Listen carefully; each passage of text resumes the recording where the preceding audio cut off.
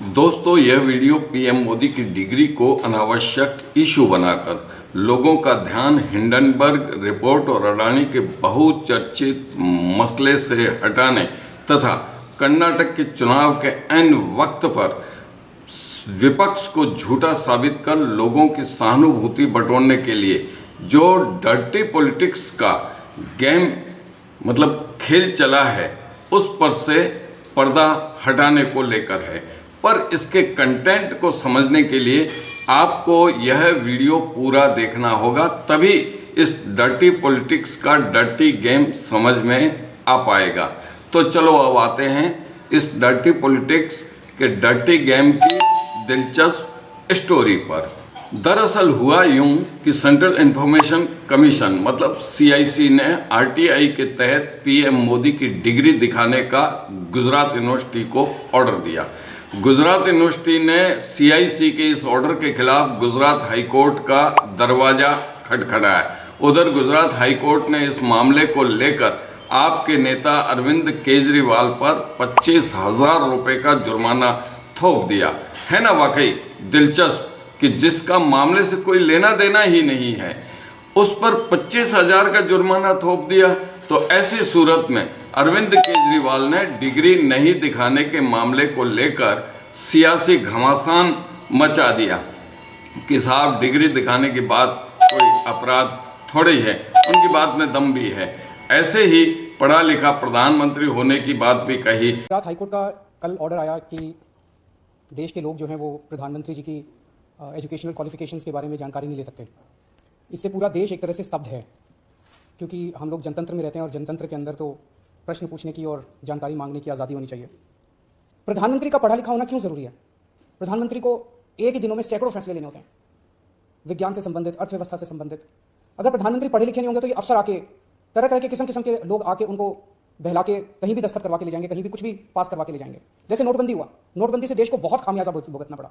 नोटबंदी से देश एक तरह से 10 साल पीछे चला गया। इतना ज्यादा नोटबंदी से पूरी देश की अर्थव्यवस्था को नुकसान हुआ। अगर देश के प्रधानमंत्री पढ़े लिखे होते तो कभी किसी हालत में नोटबंदी ना करते। कमोबेश ऐसी ही बात आप नेता संजय सिंह ने भी कही। फिर संजय सिंह ने नरेंद्र मोदी की MA की उस डिग्री का पोस्टमार्टम किया जिसे केंद्रीय गृह मंत्री अमित शाह पूर्व में प्रेस कॉन्फ्रेंस में दिखा चुके हैं।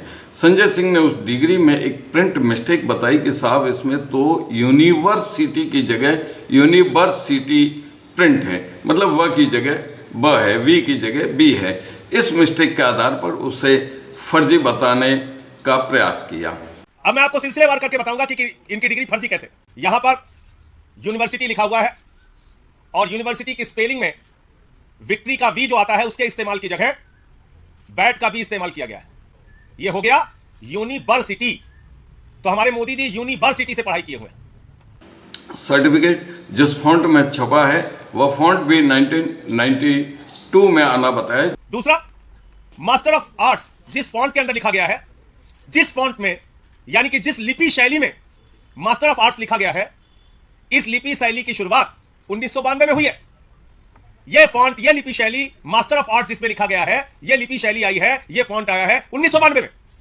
और प्रधानमंत्री जी का क्या दावा है कि उन्होंने 1983 में ही MA पास कर लिया था। यह है दूसरा सवाल। जबकि यह बात भी ज्यादा तथ्यपरक नहीं लगती है, क्योंकि मोदी जी के सर्टिफिकेट में MA पास करने का जो साल दर्ज है, उससे पहले से ही गुजरात यूनिवर्सिटी में खादी के पेपर पर इसी फॉन्ट में सर्टिफिकेट छपते थे।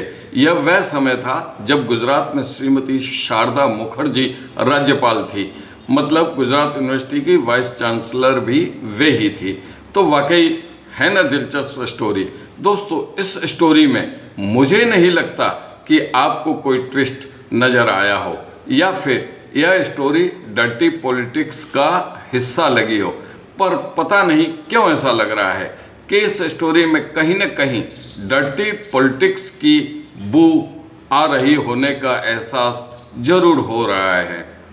हालांकि यह इस स्टोरी का एक पार्ट है। अब दोस्तों आते हैं स्टोरी के दूसरे पार्ट पर। स्टोरी का दूसरा पार्ट तब सामने आया जब पीएम मोदी ने भोपाल में वंदे भारत एक्सप्रेस को हरी झंडी दिखाने के दौरान वहां आयोजित कार्यक्रम को संबोधित किया और उसका वीडियो वायरल हुआ। उसमें मोदी जी अपने भाषण में ये कहते सुनाई देते हैं कि हमारे देश में कुछ लोग ऐसे हैं जो 2014 से ही उनकी छवि को धूमिल करने का संकल्प घोषित कर चुके हैं। हमारे देश में कुछ लोग हैं जो 2014 के बाद से ही ये ठान कर बैठे हैं और पब्लिकली बोले भी है, और उन्होंने अपना संकल्प घोषित किया है। क्या किया है? उन्होंने अपना संकल्प घोषित किया है, हम मोदी की छवि को धूमिल करके रहेंगे। हालांकि इन कुछ लोगों का नाम तो उन्होंने डिक्लेयर नहीं किया, पर जाहिर है कि उनका इशारा विपक्ष के नेताओं की ओर ही था। उन्होंने तो यह भी कहा कि उनकी छवि धूमिल करने के लिए इन लोगों ने तरह तरह के लोगों को सुपारी भी दे रखी है। जो क्रिमिनल या क्राइम के जगत में जो सुपारी शब्द का उपयोग होता है, वह मोदी जी ने इस सुपारी शब्द का उपयोग भी उन्होंने इस संबोधन में किया है। इसके लिए इन लोगों ने भांति भांति के लोगों को सुपारी दे रखी है और खुद भी मोर्चा संभाले हुए हैं। लोग लगातार कोशिश करते रहे हैं कि किसी तरह मोदी की इमेज को धूमिल कर दें। अब इन लोगों ने संकल्प ले लिया है, मोदी तेरी कब्र खुदेगी। अब दोस्तों आप पूछेंगे इसमें नई बात क्या है, तो दोस्तों हम आपको बता देते हैं कि इसमें नई बात है जो इस दूसरे पार्ट को स्टोरी के पहले पार्ट से कनेक्ट करती है। अब दोस्तों स्टोरी के इन दोनों पार्ट को समझने के लिए पीएम मोदी के उस इंटरव्यू का वह अनएडिटेड वीडियो देखना बहुत जरूरी है, जो इंटरव्यू उन्होंने कभी राजीव शुक्ला को दिया था। पहले तो उन्होंने कम पढ़े लिखे होने की बात कही, पर फिर यह भी कहा कि उन्होंने बतौर एक्सटर्नल स्टूडेंट दिल्ली यूनिवर्सिटी से बीए और बाद में गुजरात यूनिवर्सिटी से एक्सटर्नल स्टूडेंट के रूप में ही एमए किया। सिर्फ स्कूल तक पढ़े, मतलब प्राइमरी स्कूल तक, हाई स्कूल तक। बाद में हमारे संघ के एक अधिकारी थे, उनके बड़े आग्रह पर मैं एक्सटर्नल एग्जाम देना शुरू किया। तो दिल्ली यूनिवर्सिटी से मैंने बीए कर लिया एक्सटर्नल एग्जाम दे करके। फिर भी उनका आग्रह रहा तो मैंने एमए कर लिया एक्सटर्नल एग्जाम से। मैंने कभी कॉलेज का दरवाजा देखा नहीं। तो दोस्तों इस वीडियो से पहले हमने जो वीडियो अपलोड किया है उसमें भी हमने मोदी जी की डिग्री के बारे में इसी एक्सटर्नल स्टूडेंट का जिक्र किया है। उसका लिंक हमने डिस्क्रिप्शन में डाल रखा है, ताकि आप चाहें तो उसे सरसरी निगाह से देख भी सकते हैं। वैसे हम इस बात की पुष्टि नहीं करते हैं कि मोदी जी की डिग्री असली है या फिर फर्जी। हम तो यही बता रहे हैं जो मोदी जी ने राजीव शुक्ला को दिए इंटरव्यू में बताया। वरिष्ठ पत्रकार गिरिजेश जी वशिष्ठ ने भी अपने नॉकिंग न्यूज चैनल पर इसी थीम पर स्टोरी बनाई है।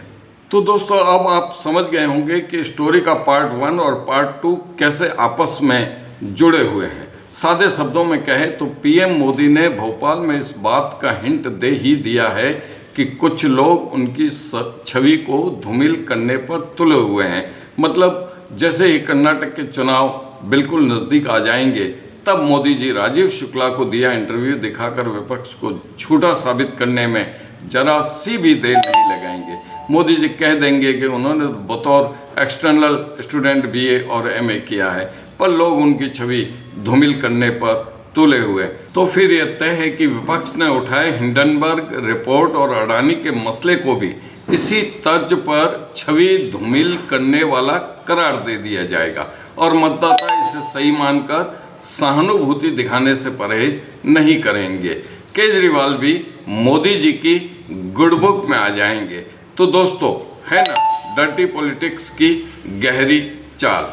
दोस्तों यदि आप इस चैनल पर नए हैं तो चैनल को सब्सक्राइब करने का आपसे खास आग्रह है। इस वीडियो में बस इतना ही। अगले वीडियो में फिर नए एनालिसिस के साथ मिलेंगे। तब तक के लिए देवेंद्र रावल को दीजिए इजाज़त। धन्यवाद।